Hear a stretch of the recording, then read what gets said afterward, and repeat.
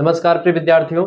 आज के वीडियो के माध्यम से हम लोग चर्चा करेंगे सोशियोलॉजी के बारे में। बी फिफ्थ सेमेस्टर में सोशियोलॉजी में दूसरी यूनिट आपकी चल रही है, जिसमें हम लोग चर्चा करेंगे आज दूसरे चैप्टर के बारे में। इससे पहले आपका पहला चैप्टर हो चुका है, जिसमें हमने अगस्त काम्ट के बारे में चर्चा किया कि अगस्त काम्ट का जीवन परिचय समझा और अगस्त काम्ट का जो सिद्धांत है, सबसे फेमस सिद्धांत प्रत्यक्षवाद, उस प्रत्यक्षवाद को आपको विस्तार से मैंने आपको बताया था। और मैंने कहा था कि अगला जो चैप्टर होगा उसमें हम विज्ञानों का संस्करण का सिद्धांत, यानी कि जो उनका जो हायरार्की ऑफ साइंस कह सकते हैं, द हायरार्की ऑफ साइंस, यानी विज्ञानों का विकास कैसे हुआ। सबसे पहले बताते हैं कि अगस्त काम्टे की गणित का विकास हुआ, गणित के बाद में भौतिक विज्ञान। इस तरीके से विज्ञान एक संस्करण से हुआ है, यानी कि पहले कौन सा विज्ञान है, फिर उससे नीचे कौन सा विज्ञान आया। तो जो समाज शास्त्र को कैटेगरी में रखते हैं, सबसे लास्ट विज्ञान है समाज शास्त्र, यानी समाज शास्त्र को एक विज्ञान मानते हैं अगस्त काम्टे। चूंकि अगस्त काम्टे ने ही समाज शास्त्र को सोशियो फिजिक्स पहले कहा, फिर बाद में सोशियोलॉजी कहा, और इस तरीके से 1838 में सोशियोलॉजी नाम पढ़ने के बाद में अगस्त काम्टे को समाजशास्त्र का जनक स्वीकार किया गया। समाजशास्त्र के जनक अगस्त काम्टे बिल्कुल विद्वान आदमी है, पॉजिटिव फिलोसॉफी, पॉजिटिव पॉलिटी जैसे तमाम प्रकार की पुस्तकों को लिखने वाले हैं। अगस्त काम्टे प्रत्यक्षवाद के सिद्धांत को देने वाले हैं। अगस्त काम्टे ही वह व्यक्ति जो कि समाज शास्त्र को बहुत ज्यादा कुछ देते हैं, ठीक है।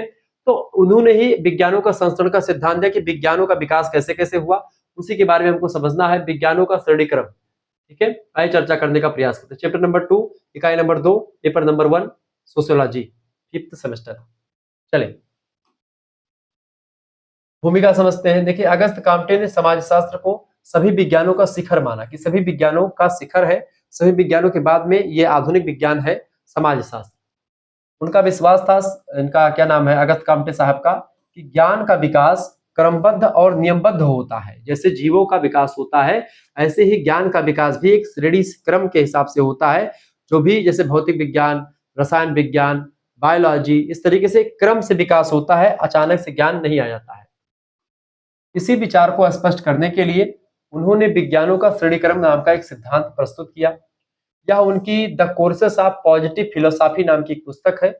उस पुस्तक में इन्होंने विज्ञानों के श्रेणीक्रम का सिद्धांत दिया है। 1830 से 1842 के आसपास इस पुस्तक का प्रकाशन हुआ, या इसके बीच में इस पुस्तक का लेखन किया गया, और ये इन्होंने एक प्रकार से चीजें बताई। श्रेणीक्रम का आधार क्या रहा है? अगस्त काम्टे ने कहा कि सभी विज्ञानों को उनकी जटिलता और सामान्यता, यानी कि उनकी जो जनरलिटी है, जो जटिलता है, उसके आधार पर क्रमबद्ध किया जा सकता है। कौन से सिद्धांत या कौन से विज्ञानों का विकास कैसे हुआ। पहला सामान्यतया।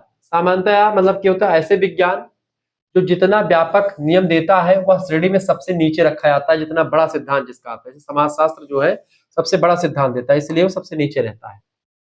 जटिलता मतलब होता है कॉम्प्लेक्सिविटी। जिस विज्ञान की वस्तु जितनी जटिल होती है वह श्रेणी में सबसे ऊपर रखा जाएगा। इसका अर्थ है कि सबसे सरल और सार्वभौमिक विज्ञान पहले आएगा, और सबसे जटिल व विशेष विज्ञान सबसे ऊपर आएगा, ठीक है। काम्ट के अनुसार 5 बाद में 6 मुख्य विज्ञान शामिल किए गए। प्रत्येक विज्ञान का संक्षिप्त विश्लेषण हम लोग देखेंगे। सबसे पहले विकास हुआ किस विज्ञान का? अगस्त काम्टे साहब कहते हैं, यही सिद्धांत है बेसिकली। ये कहते हैं कि सबसे पहले गणित का विकास हुआ, मैथमेटिक्स सबसे पहले आया। सभी अन्य विज्ञानों की नींव जो है वो गणित के द्वारा ही संभव हो पाई है। गणित के बिना कोई भी शास्त्र या कोई भी विज्ञान अच्छे तरीके से काम नहीं कर पाएगा, इसलिए सबसे पहले विकास किसका हुआ? गणित का विकास हुआ, ठीक है। संख्या, आकृति और परिणाम का अध्ययन गणित में किया जाता है। शुद्ध तर्क और माप पर आधारित है, जैसे कि 2 और 2 4, 2 और 2 4 आज भी है, और 10 साल बाद या 100 साल बाद, 1000 साल बाद भी 2 और 2 4 ही होगा, 5 नहीं होगा। 5 कब होगा बेटा? 5 होगा गलती से होगा, उससे पहले 5 नहीं होगा। 2 और 2 4 हमेशा ही होगा, ये बात ध्यान रखें। तो एक सार्वभौमिक नियम के तहत ये काम करता है, इसमें कुछ चीज बदलती नहीं, जो है वो है। इसके बाद में, गणित के बाद में दूसरा विज्ञान है खगोल शास्त्र, यानी कि एस्ट्रोनॉमी। खगोलीय पिंडों के गति नियमों का अध्ययन जो है उसके बाद में किया गया गणित के आधार पर। शुद्ध भौतिक यानी फिजिक्स और सार्वभौमिक सरल प्रकृति का अध्ययन इसमें दिखाया गया। दूसरा विज्ञान कौन सा बना? खगोल शास्त्र। तीसरा विज्ञान फिर आया खगोल के बाद में भौतिकी का अध्ययन शुरू हुआ, यानी भौतिक विज्ञान, यानी कि फिजिक्स। पदार्थ, ऊर्जा, गति, बल, इन सभी का अध्ययन जो है फिजिक्स में किया जाता है।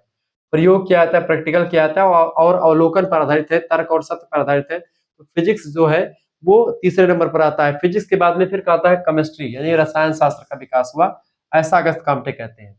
पदार्थों की रासायनिक संरचना और उनके परिवर्तन की बात यहाँ पर अगस्त काम्टे साहब कहते हैं, ठीक है। भौतिकी से अधिक जटिल विज्ञान जो है आपका यही है केमिस्ट्री। आपको बता दूं कि केमिस्ट्री जो होता है इसमें एक तत्व को मिलाकर के दूसरा तत्व आपका बन जाता है। ठीक है, इस तरीके की चीजें यहाँ पर क्लियर होती रहती है। अगला जो आपका है जीव विज्ञान। जीव विज्ञान की अगर बात की जाए तो ये 5वें नंबर पर आता है जीव विज्ञान का अध्ययन। बायोलॉजी, जीवन, कोशिका, शारीरिक शरीर क्रिया आदि का अध्ययन जो है इसमें किया जाता है। रासायनिक तत्वों से आगे बढ़ करके जीवित प्राणियों की जटिलता का अध्ययन इसमें आपको दिखाई पड़ता है। इस तरीके से आपने चीजों को देखा, तो मिला करके ये आपका 5 विज्ञान हो गए। कौन कौन से? पहला विज्ञान है आपका गणित, दूसरा खगोल शास्त्र, एस्ट्रोनॉमी, तीसरा है फिजिक्स यानी भौतिकी विज्ञान, और अगला केमिस्ट्री यानी चौथा विज्ञान है रसायन शास्त्र, और पांचवा है जीव विज्ञान बायोलॉजी, और छठा विज्ञान जो आया वो समाज शास्त्र आया, जिसको दिया किसने? अगस्त काम्टे ने। ठीक है, 6वें नंबर पर आता है सोशियोलॉजी, समाज शास्त्र।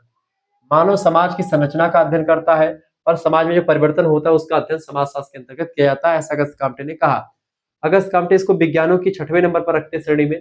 सभी विज्ञानों में सर्वाधिक जटिलता है, क्योंकि इसमें मानवीय चेतना, मतलब सभी विज्ञानों में सर्वाधिक जटिल जो है ये सोशियोलॉजी ही है, क्योंकि इसमें मानवीय चेतना, संस्कृति और परस्पर क्रियाएं शामिल होती हैं।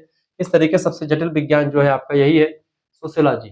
काम्ट के अनुसार सभी विज्ञानों का मुकुट कहा जा सकता है, सभी विज्ञानों का मुकुट कह सकते हैं किसको? अगस्त काम्टे ने कहा किसको? समाजशास्त्र को। विशेषताएं क्या है इस सिद्धांत की? Nature's of hierarchy. देखिए, प्राकृतिक क्रम है, ये नेचुरल ऑर्डर है।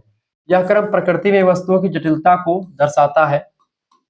दूसरी बात है परस्पर निर्भरता भी आपको दिखती है, जैसे कि ऊपर का विज्ञान नीचे के विज्ञानों पर आधारित होता है। जैसे कि गणित जो है वो खगोल की पर आधारित, खगोल की जो है गणित पर आधारित है, दोनों एक दूसरे से संबंधित है।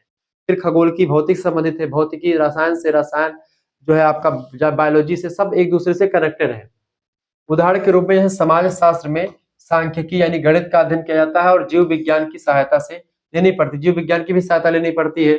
उस विकास के सिद्धांत में हम देखते हैं सांख्यिकी यानी गणित की सहायता भी लेनी पड़ती है। समाज शास्त्र में जब हम माल्थस के नियमों को पढ़ते हैं, जब हम जनसंख्या की बात करते हैं, तो इन चीजों का सहायता हमको लेनी पड़ती है, सभी सिद्धांतों की, सभी नियमों की। इसके अलावा आप देखते हैं ज्ञान की प्रगतिशीलता, यानी यह क्रम इसलिए यह क्रम इतिहास में ज्ञान विकास की वास्तविक गति को दर्शाता है। ठीक है, कि इस तरीके से इतिहास में ज्ञान विकास का जो है वास्तविक गति इस तरीके से हुई। संगठित विज्ञान दृष्टि भी आपको यहाँ पर दिखाई पड़ती है। इससे स्पष्ट होता है कि विभिन्न विज्ञान अलग अलग होते हुए भी एक दूसरे से या एक ही ज्ञान परिवार का हिस्सा है। विज्ञानों में समानता पाई जाती है, एक दूसरे से संबंधित होते हैं। समाज शास्त्र का स्थान जो रहा इसमें, के समाज शास्त्र का स्थान, कांट ने समाजशास्त्र को अंतिम और सर्वोच्च विज्ञान की श्रेणी में रखा। अगस्त काम्टे कहते हैं कि यह अन्य सभी विज्ञानों के सिद्धांतों का उपयोग अपने आप में कर लेता है, अपने अंदर समाहित कर लेता है, चाहे गणित हो, चाहे फिजिक्स हो, चाहे खगोल हो, चाहे कुछ भी हो। मानव समाज सबसे जटिल और सर्वाधिक परिवर्तनशील है, इसलिए सबसे कठिन जो शास्त्र है, सबसे आधुनिक है, वो यही है।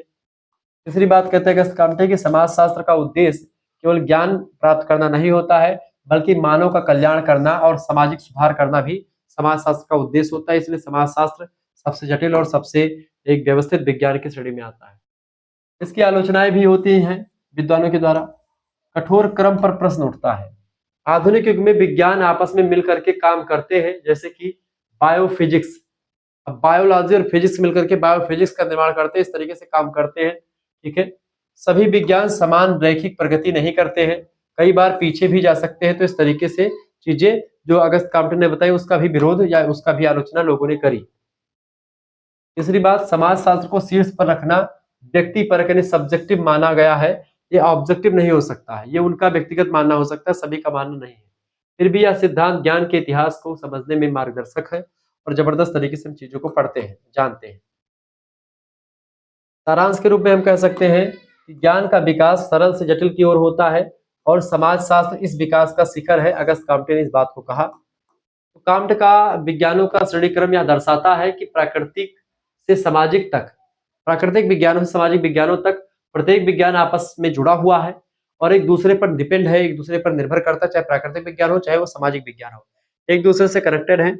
इस क्रम को समझना समाजशास्त्र के वैज्ञानिक स्वरूप को पहचानने के लिए अनिवार्य हो जाता है, ये बात आप ध्यान रखिए। ठीक है, तो इस तरीके से आप लोगों ने इन चीजों को समझा और ये चैप्टर आपका बहुत छोटा सा था, समाजशास्त्रीय शास्त्र समाजशास्त्र चिंतन का इकाई नंबर 2 का ये आपका दूसरा चैप्टर था अगस्त काम्टे का। अब अगला अध्याय 3 अवस्थाओं का नियम, जिसके बारे में हम चर्चा करेंगे नेक्स्ट चैप्टर में और विस्तार से चीजों को जानने का प्रयास करेंगे। ठीक है, वीडियो को लाइक कर दीजिएगा, चैनल पर अगर नए आए हैं तो सब्सक्राइब कर दीजिएगा, क्योंकि इसी प्रकार से इन्फॉर्मेटिव वीडियो मैं लगातार आपके लिए लाता रहता हूँ। वीडियो को शेयर कर दीजिएगा और लाइक भी कर दीजिएगा और यह सिद्धांत बड़ा ही फेमस सिद्धांत है अगस्त काम्टे का। ठीक है, तो वीडियो को शेयर जरूर कर दीजिएगा। क्लियर, बहुत कम समय में आपने इसको देखा। मिलते हैं फिर नेक्स्ट वीडियो में, तब तक के लिए जय हिंद जय भारत। आप सभी का बहुत बहुत धन्यवाद। हाँ, एक चीज और ध्यान रखिएगा, अगर आपको हमारे से जुड़ना है, पीडीएफ प्राप्त करनी है, तो आप पीडीएफ प्राप्त कर सकते हैं इससे। पीडीएफ सभी यूनिट का पीडीएफ तैयार किया जा रहा है। 9161936062 पर एसएमएस करके आप पीडीएफ नोट्स प्राप्त कर सकते हैं। शुक्ला डी पॉइंट के सभी नोट्स, सभी सब्जेक्ट के। आप इस नंबर पर एसएमएस कर दीजिएगा, अपना नाम, अपनी यूनिवर्सिटी का नाम, अपने सब्जेक्ट के नेम और आपके सेमेस्टर में अपने सेमेस्टर के नाम लिख करके भेज दीजिएगा। 5th सेमेस्टर और 6th सेमेस्टर दोनों का अगर कोर्स लेंगे तो मात्र 150 रुपए फीस लगेगी, और केवल एक सेमेस्टर का लेंगे, केवल 5th सेमेस्टर का लेंगे तो 100 रुपए फीस लगेगी। ठीक है, और बाद में फिर 6 का लेंगे तो आपका 100 रुपए फिर लगेगा, यानी 200 रुपए आपके हो जाएंगे। लेकिन एक साथ लेंगे तो केवल 150 यानी 50 रुपए की छूट चल रही है। इसमें आपको क्या क्या मिलेगा, लाइव क्लास की लिंक मिलेगी, वीडियो लेक्चर्स मिलेंगे, पीडीएफ नोट्स मिलेगा। सबसे इंपॉर्टेंट बात है कि पीडीएफ नोट्स मिलेगा। 5th सेमेस्टर का सभी यूनिट का पीडीएफ नोट तैयार हो रहा है। इसमें model paper, revision class, marathon class सब कुछ आपको मिलेगा, सबकी पीडीएफ मिलेगी। और वीडियो लेक्चर्स आप यूट्यूब पर भी देख पाएंगे, लेकिन जो उसका पीडीएफ होगा वो केवल आपको मिलेगा जब आप जुड़ेंगे हमारे साथ तब। ठीक है, एक प्लेलिस्ट की लिंक मिल जाएगी, सीरियल से सारी चीजें उसमें मिलती रहेंगी आपको। 100 रुपए आपको कैसे भेजना है, स्कैनर भेजा जाएगा, उसी पर आपको 100 रुपए फीस जमा कर देनी है। मात्र 100 रुपए में सब कुछ आपको मिल जाएगा। दोनों मेजर सब्जेक्ट के दोनों पेपर की तैयारी हो जाएगी। ठीक है, और को करिकुलर यानी एनालिटिक एबिलिटी और डिजिटल अवेयरनेस की भी तैयारी आपकी हो जाएगी। इसी में कम से कम 6 से 7 प्रैक्टिस सेट आपको एनालिटिक एबिलिटी और डिजिटल अवेयरनेस का मिल जाएगा। ठीक है, और को करिकुलर मास्टर हमारा दूसरा चैनल है, उसको भी सब्सक्राइब कर लीजिएगा। और ध्यान रखें, आप फीस जमा किसी दूसरे से भी करवा सकते हैं, खुद अगर नहीं चलाते तो। ठीक है, चलिए फिर मिलेंगे हम नेक्स्ट वीडियो में, तब तक के लिए जय हिंद जय भारत। सभी सब्जेक्ट का आपको मिलेगा यहाँ पर नोट्स।